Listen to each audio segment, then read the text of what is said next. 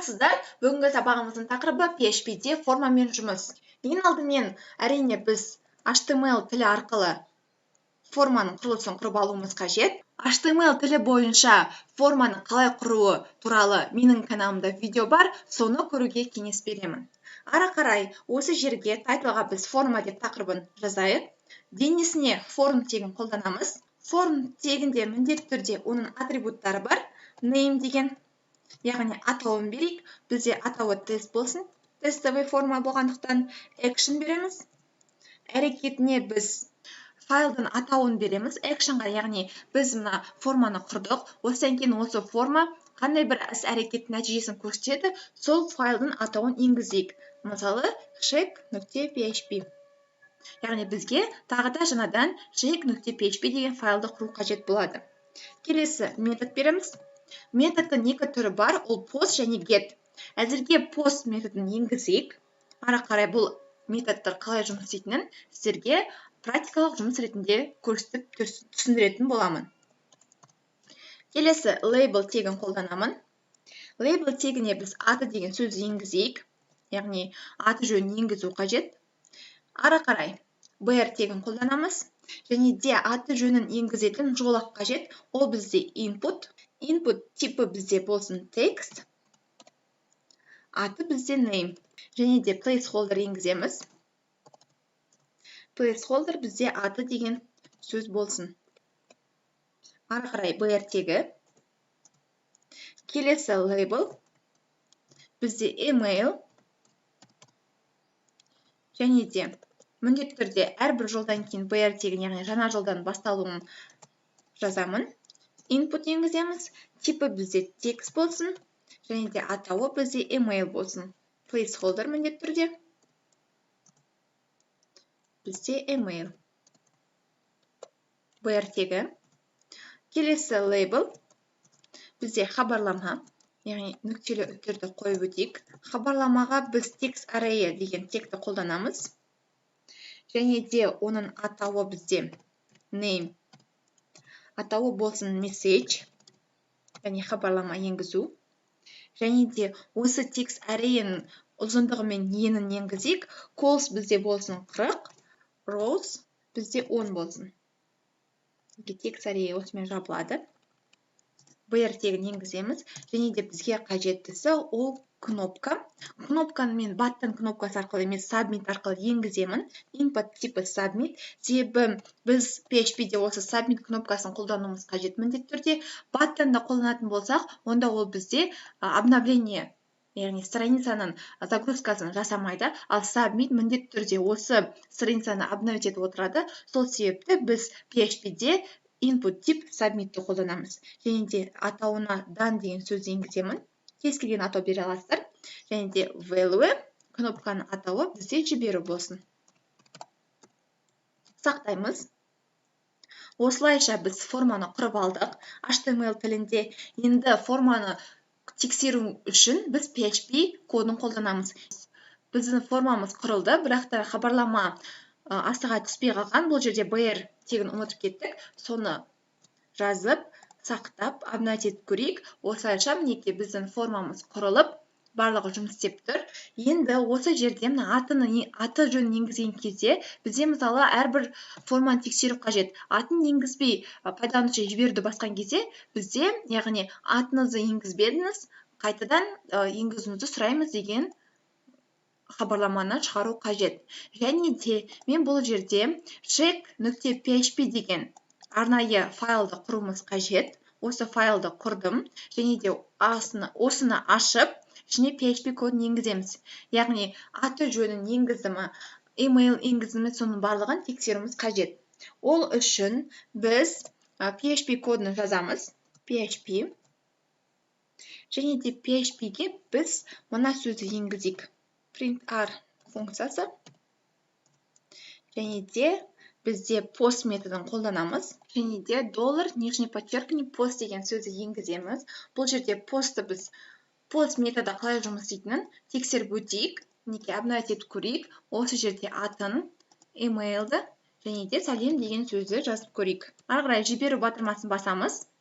Сол кезде мінекей бізде базаға енгізіледі. Array деген массивтің ішіне name атауына Гүлжана, email осы emailді және хабарлама сәлем ары қарай жіберу деген басылды деген мәліметтерді бізге енгізіп көрсетті. Және де мына жолда қараңыздар, бұл жердегі қандай іс-әрекеттер жасалғаны жайында мәлімет осы жерде скрывать етіледі, яғни бұл қауіпсіздікке байланысты көрсетілмейді. Ал get деп жазатын болсақ бұл жерге, get методын қолданатын болсақ, бізде екі метод бар. Бұл post және get. Айырмашылығын көретін боласыздар. Сақтаймыз. Тағы да обновить етіп көрейік. Продолжить дейміз.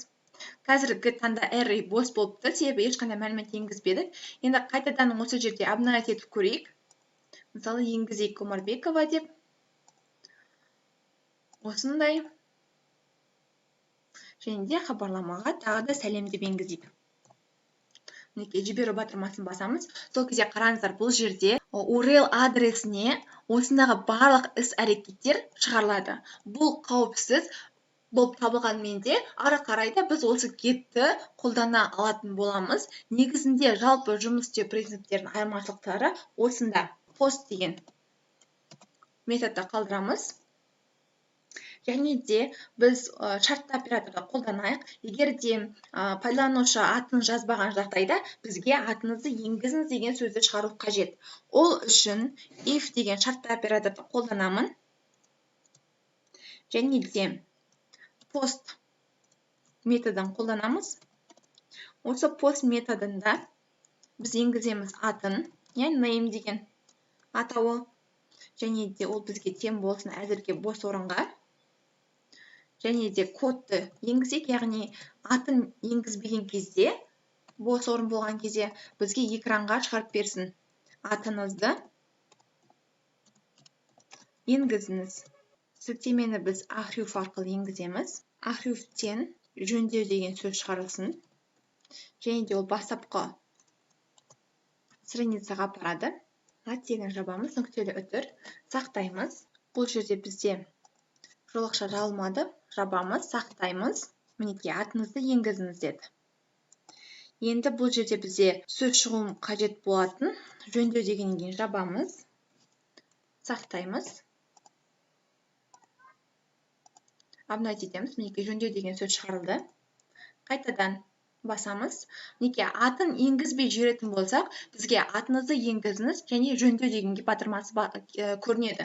Ары қарай жөндеуді басып, атын енгізіп жіберу деген батырманы басатын болсақ, автоматты түрде бізде PHP тез жылдамдықпен тексеріп, ары қарай мәліметтерді жібереді.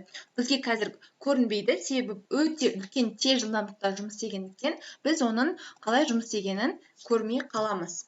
Ары қарай осы email, хабарлама дегендерде PHP арқылы тексеріс жүргізіп, кодтармен сіздерге тапсырма жазып, осы видеоның астына тапсырмаларыңызды салыңыздар.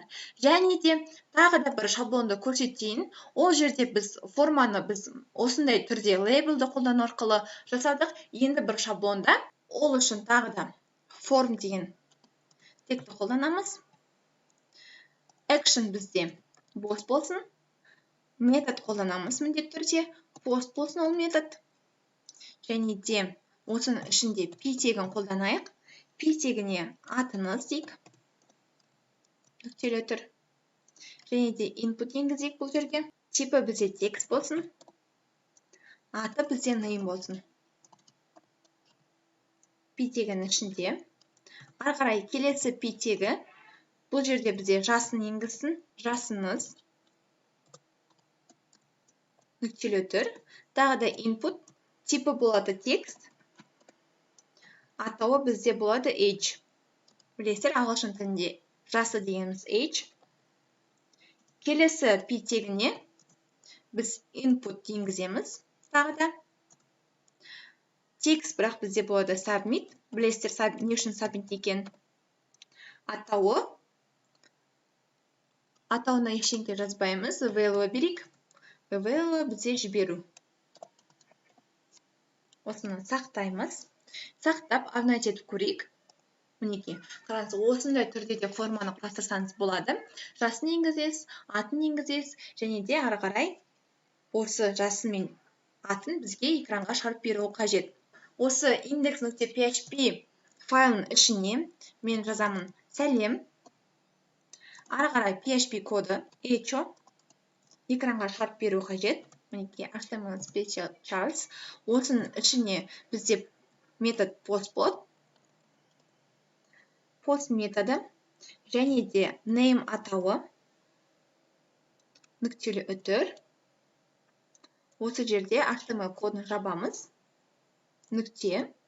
Және де келесі сіз PHP коды echo экранға шығарып беру керек. Ең бірінші тағы да HTML special charts'ты қолданамын. Post методы. Бұл жерде бізде жасын шығару қажет экранға. HTML тегін жабамыз. Жастасыз деген сөзді шығару қажет. Яғни бұл жерде пайдаланушы өзінің атын және жасын енгізеді. Жасын енгізгеннен кейін экранға сәлем, аты жөні және сіз қанша жаста екенін экранға шығару қажет. Сақтаймыз. Обновить етеміз. Қате кетті. Қай жерде қате кеткенін қарастырып өтейік. Бұл жерде бізде сәлем, PHP тегін ашамыз. Echo HTML special charts'ты енгіземіз. Post методы, name. Неке қараңыз. Бұл жерде қате, себебі сыртына қоюымыз керек болады нүктелі үтірді. Біз ішіне қойып жібердік. Сол себепті бізде қате шығарып тұр. Неке осындай түрде сақтаймыз. Енді обновить етіп көрейік. Неке қатеміз анықталды. Мысалы, Гүлдана 25. Жіберуді басатын болсақ, сәлем Гүлдана, сіз 25 жастасыз деген мәліметті экранға шығарды. Қараңыздар, өте тез жұмыс істегендіктен біз осыны байқамай қалуымыз да мүмкін. Мысалы, 20 дейік. Жіберуді, сәлем Омарбекова, сіз 20 жастасыз. Осындай түрде форма мен HTML тілін қолдана аламыз. Сабақ түсінікті болды деген ойдамын. Сау болыңыздар.